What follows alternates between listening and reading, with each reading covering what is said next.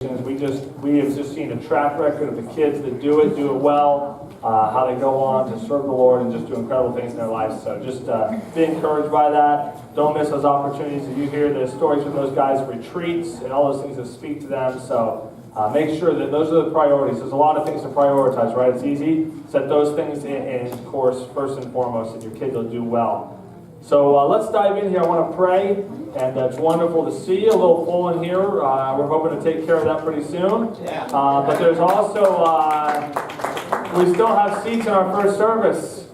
So you're always more than welcome to shift over to that first service. Actually, it's growing. It's doing really well, but there is room there. So don't be afraid to shift over there. That'll be fine. And cheer me on a little bit more in that first service. I got to get those guys woken up every once in a while, but... Let's pray. Can we do that? Heavenly Father, I'm so thankful for the opportunity to dive into your word. And Lord, your word is the light into our path. And so, Lord, I pray you direct us, guide us, inspire us to live the life that you've called us to. And so we're blessed. In your name we pray. Amen. Amen. Really excited to be continuing a series that we simply call Signs. We're doing a series on miracles. And we use this word signs because we're teaching out of the book of John. It's the Gospel of John. John writes several books in the New Testament. He has epistles. He has his Gospel, and he writes the book of Revelation. So we're talking about the Gospel of John. He writes it at the end of his life. He outlives all the other apostles. And so this is his Gospel. And he does something just a little bit different than the other Gospel writers. Instead of using maybe the words that we would understand as miracles or wonders, he uses the word signs. Now, they really are the same thing. He's talking about the miraculous. He's talking about God intervening from heaven, coming down, intervening on earth. But the reason he uses this word signs is because signs point to something. They're not just to tell a story. Matter of fact, John tells us in his gospel that there's a purpose why he's telling us. And that's really what we've been looking at. So why did he write these specific miracles? We know that he chose 7. Out of all the miracles he could have done, he chose 7 of them to catalog. And first and foremost, the reason he wrote these was first that we would believe. He wrote them so that we would have faith in Jesus. And matter of fact, throughout his whole gospel, he uses the word believe 98 times in 21 chapters. How many know someone's trying to get the point across, right?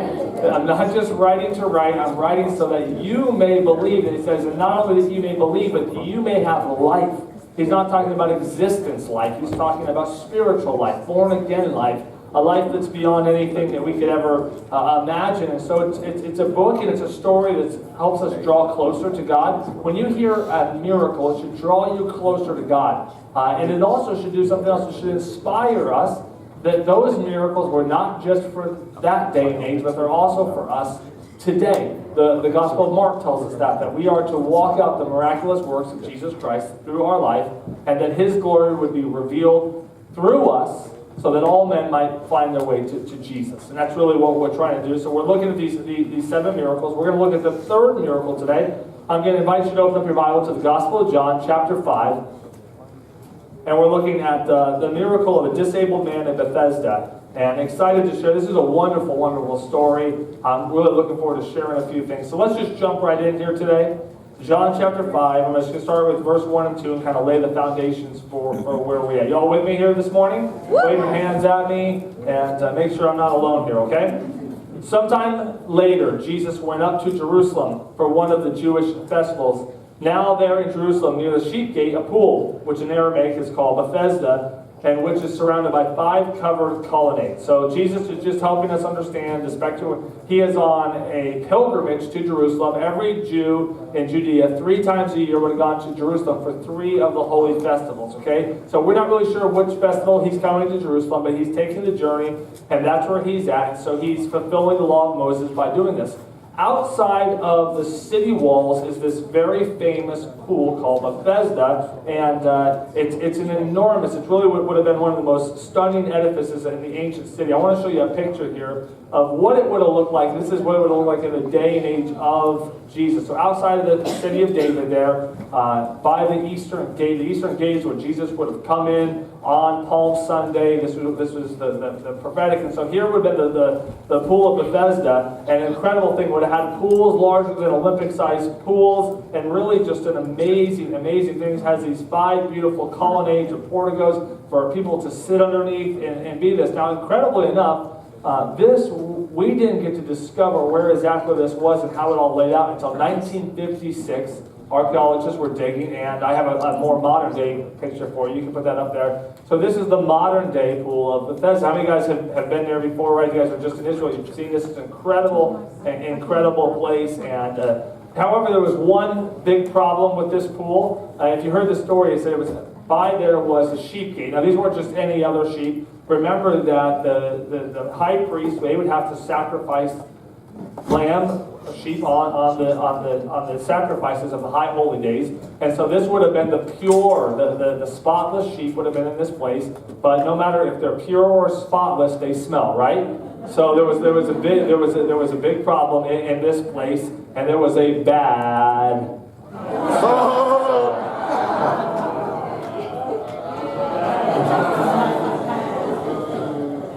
Hit him off the stage.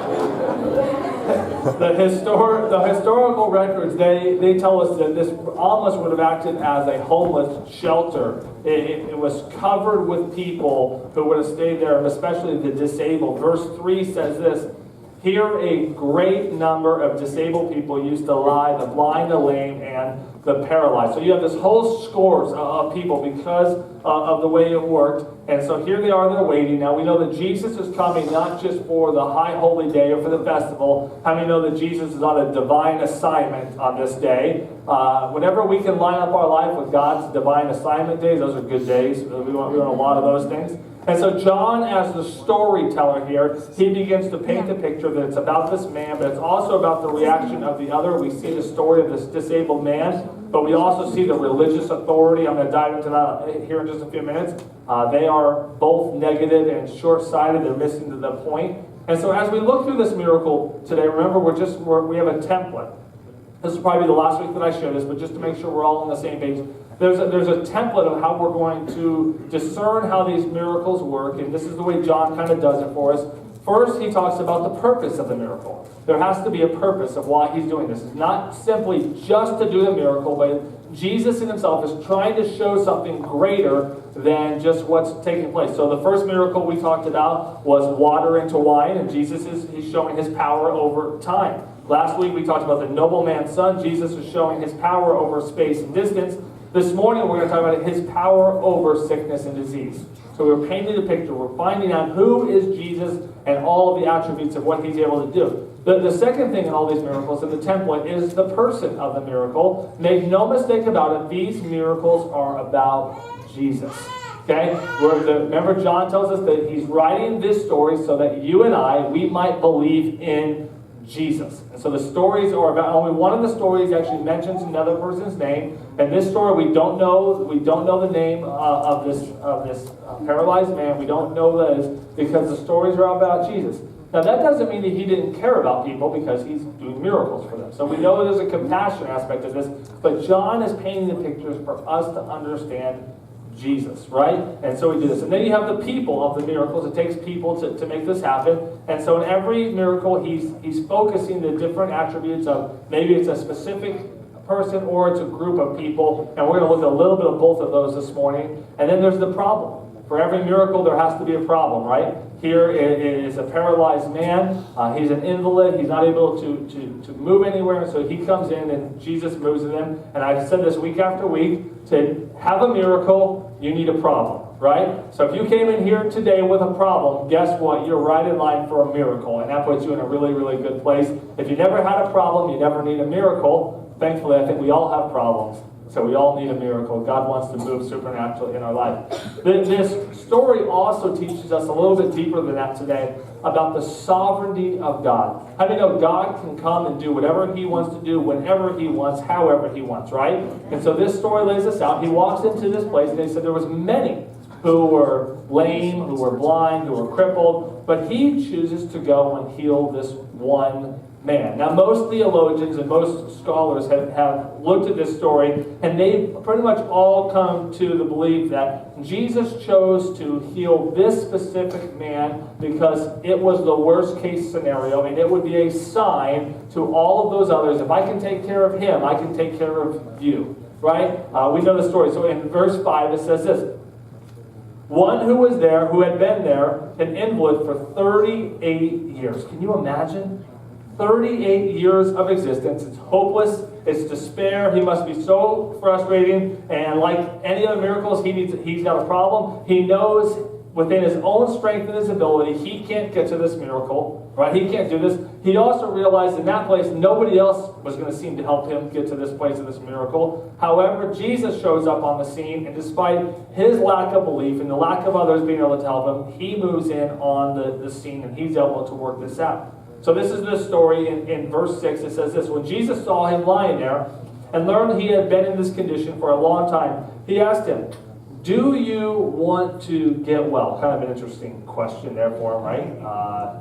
Pretty sure he wants to get well. This is what he says. Sir, the invalid replied, I have no one to help me into the pool when the water is stirred. While I am trying to get in, someone else goes down ahead of me. Now this is a very, very interesting passage to me because this whole story kind of reminds me of, how many of you guys have ever seen the movie Groundhog Day? How do you know this one, right, with Bill Murray? And he repeats the same day over and over and over, right? Punxsutawney Phil, the groundhog, has to come out and has to see if he can see his shadow to know if spring is going to last longer or 6 more weeks of winter. And I found out that Punxsutawney Phil, he's right about 41% of the time. So you can flip a coin and get a better chance of spring or winter is coming, just so you know.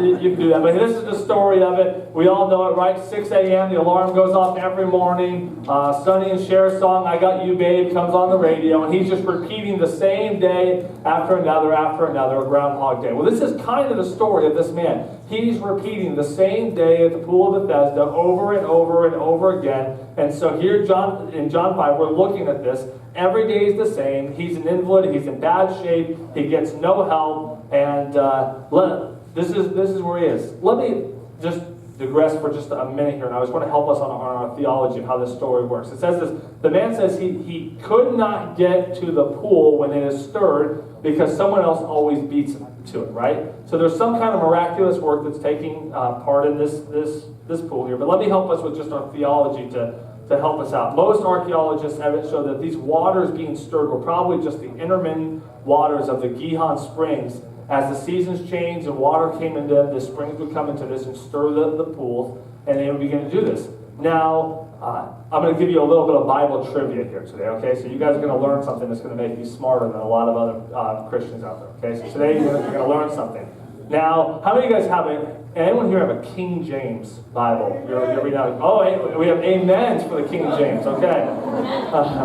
We love the King James, okay? Now, the King James took some liberty in this passage, okay? And this is what it talks about. Now, how many of you guys do not have a King James? You're looking at a different version, right? Have you noticed in this story it goes verse 1, verse 2, verse 3. What comes next if you're not reading the King James? Verse 5. You're missing a verse in there, right? See, I told you, you're going to learn something here today. So you skip a verse here. Now here's what happened. The King James has an extra verse in there. It says that an angel came and it stirred the water daily, and then the people would come in to get healed. Now here's what we know, okay? In the original Greek text, there is no story about an angel coming and stirring this water. So the King James took some liberty, probably some scribes, some overzealous scribes. They wanted to tell the story of how the waters were being stirred. So they kind of came up with a story about the angel coming and stirring these waters. But in the original language, just to help our theology, we have no context of an angel stirring the water. Okay, you with me? It doesn't mean that it didn't happen. It just simply means that the original... When John wrote this, he didn't write anything about this. So you all learned something today, right? So if you have this, you can quiz somebody on verse 4. Why is there no verse 4 in my Bible in John chapter 5? That's the reason why. Well, listen, angel or no angel, this man is up the creek without a paddle, right? He's not getting any help in this situation, and something has to begin to take place. So Jesus, on this occasion to Jerusalem, all of his miracles, they had to prove something. They weren't just a miracle to do a miracle. They were a sign. They were telling us something about the person of Jesus. And so this is what this specific story tells us about the person of Jesus. First, he has divine power over sickness and disease. Okay? So sickness and disease has no limitations when it comes to Jesus. He can heal those things. That he is the answer to all of human despair. This man is in despair. 38 days. Here, 38 years, here he is, and he's by this pool with really no answer. Jesus here in this story, verses 17 through 25, which I really wish I could get into a little bit more of that story. I'm not going to be able to do it today because of time. He makes his claim to deity. And it says he's beginning to orchestrate and tell people. Remember the first miracle, water into wine? What does he tell Mary? It's not yet my time. Right? Well, now he's beginning to reveal who he is through his miracles. And the last thing he shows here is he is the Lord of the Sabbath. Now, the interesting part of this story I'm going to talk about, this miracle takes place on the Sabbath. The religious leaders are up in arms. They're very frustrated with Jesus. They begin to make this about a religious. Let me tell you, there's a big problem when we get to the point where we get so religious we miss out on what Jesus is doing, right? And so this story tells us that he is the Lord of the Sabbath. You with me? So the Sabbath, he is not underneath the Sabbath or the law. He is the law. He is the one who is the Sabbath. And so he is the Lord of that day. So those people who are saying, keep this day sacred for Jesus, he's trying to say, I am this day. I am the purpose of this day. And he begins to do this. So he begins to identify himself for who he is. So he does this miracle on the Sabbath. No less, the chapter tells us the Jews are upset. Wouldn't you think it would be the complete opposite in the story? Here's this man, he's miraculous healed, and people would be exulting. They would be so happy about what's taking place. But we see the exact opposite. They're frustrated. They're disappointed. This poor man, crippled for his whole life, he's finally well. He's healed. He's liberated from his infirmity. He's set free. Let's all rejoice. No. You see, if you're religious, you get ticked off when things don't go the way you're supposed to be. So this is what they get upset about. That this religious man, or this man who's healed, Jesus tells him, I'll read the verse here in just a minute, tells him to get up and roll up his mat and take his mat to go. Now this is probably the only possession he has. A 2 foot by 4 foot mat, 8 square feet of existence up to this place.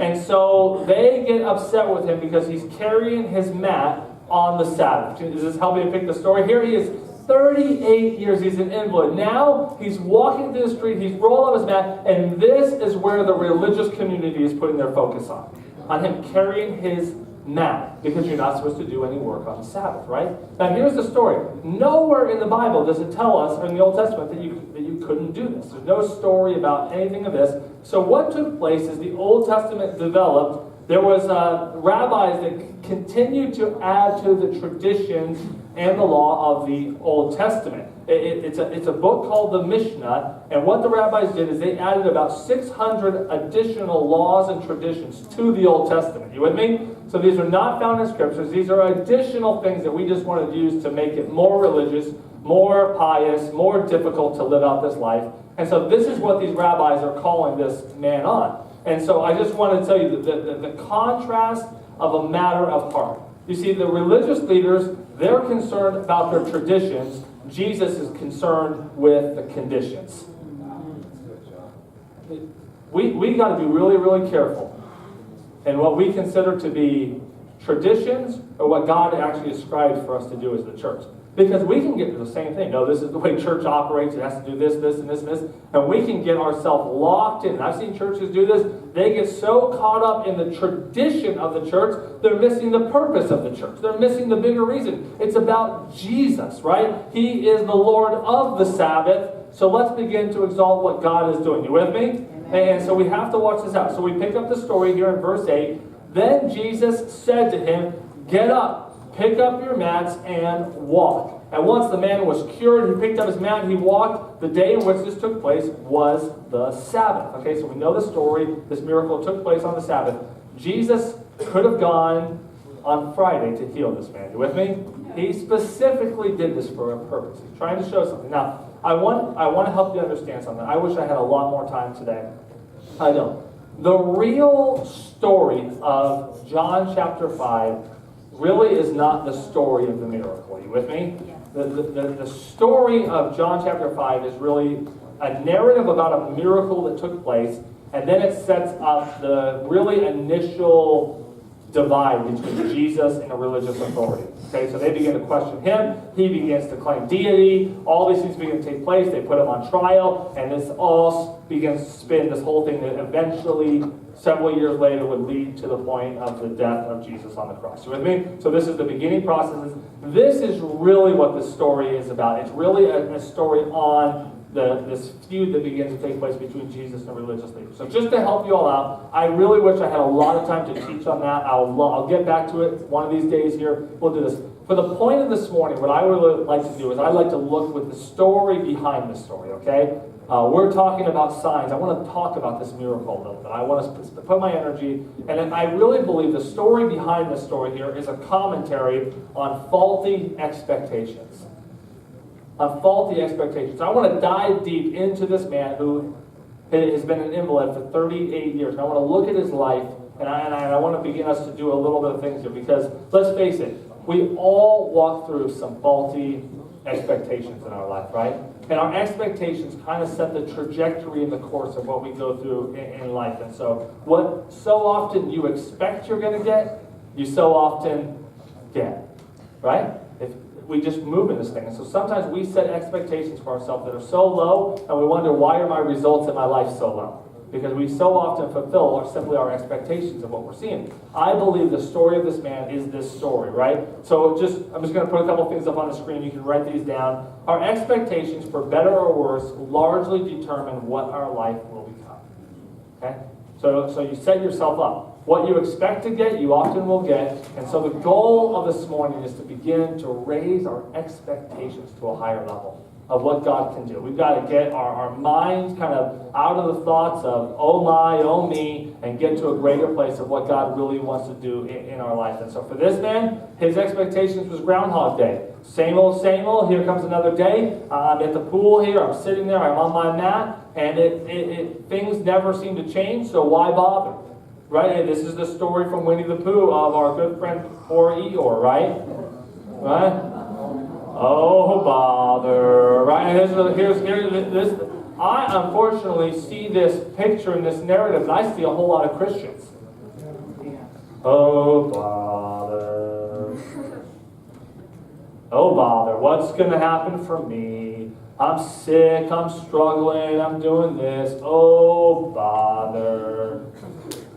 We have set our expectations so low that we wonder why none of the actual visions and destiny of our life are being fulfilled. Because, oh bother. But same old. Whatever happens, happens. We'll just go with the flow, go with the punches. Let's just see what happens in life. And this incredible